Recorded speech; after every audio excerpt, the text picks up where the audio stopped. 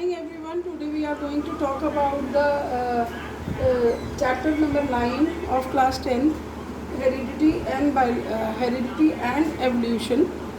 And here we are going to discuss the topic monohybrid cross.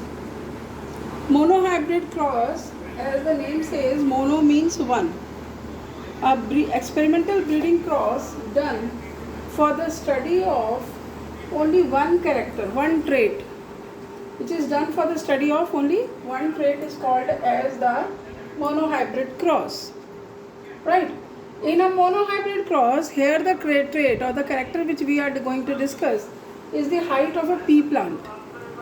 So a pea plant can be tall or can be dwarf.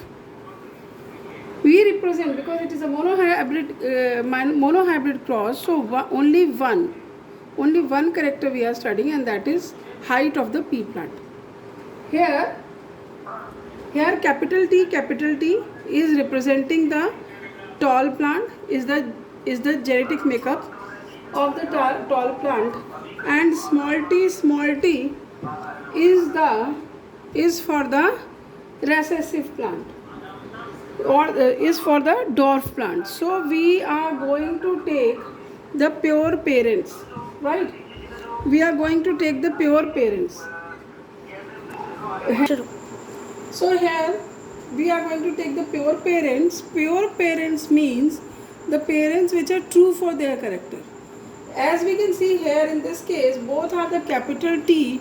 That means both the characters, both the alleles are only for the tallness, right? Similarly here, both the alleles are for the dwarfness of the plant.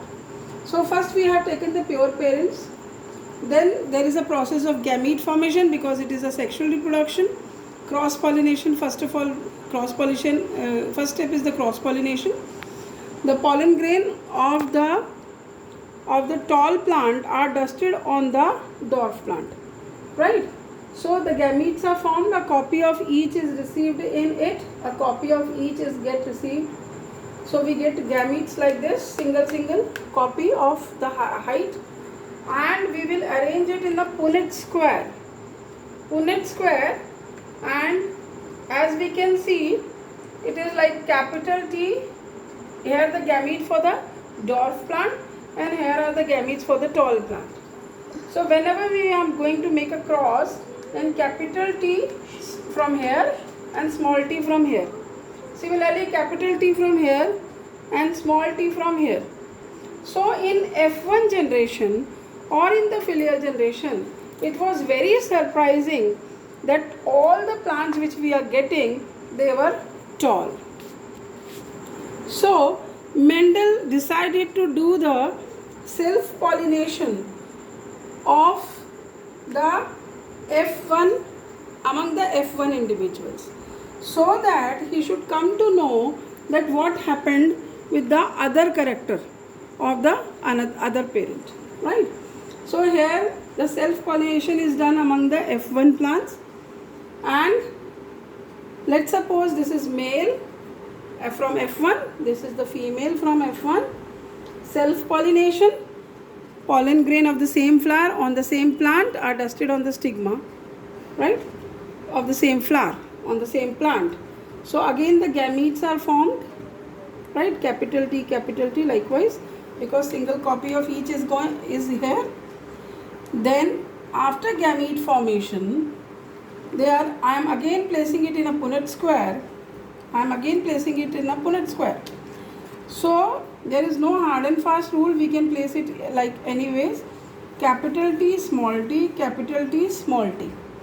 Capital T, small t from the female here, and I have kept the capital T, small t from the male. We can do the reverse as well. Here we can do the male, and here we can put the female gametes as well. There is no effect in that, but it should be in the form of a sequence. So from here capital T, so this one capital T, so it will become capital T, then capital T, small t. Then again it is by convention that the capital alphabet we used to write first, followed by the smaller one. So here again the capital T we are taking, and small t and small t and small t in F2 generation. So in F2 generation, the phenotype means the external characters, right? On the basis of the external characters, what we are getting 3:1 ratio. That means out of all the plants, out of the total population of F2 generation, 3 part plants are tall and only 1 part of the plants are dwarf, right? But when we see the genotype means genetic makeup, how the genes are arranged to bring any character. In that case, what we got is the genotypic ratio was 1:2:1. That means homozygous tall. Homozygous means when both the alleles are same. So here we can see that in this particular case, both the alleles are capital T, capital T. So it is homozygous tall, 1 part, okay, 1. Similarly, if we see 2 parts of the total population are capital T, small t, that means the 2 alleles are different. So it is heterozygous. Right?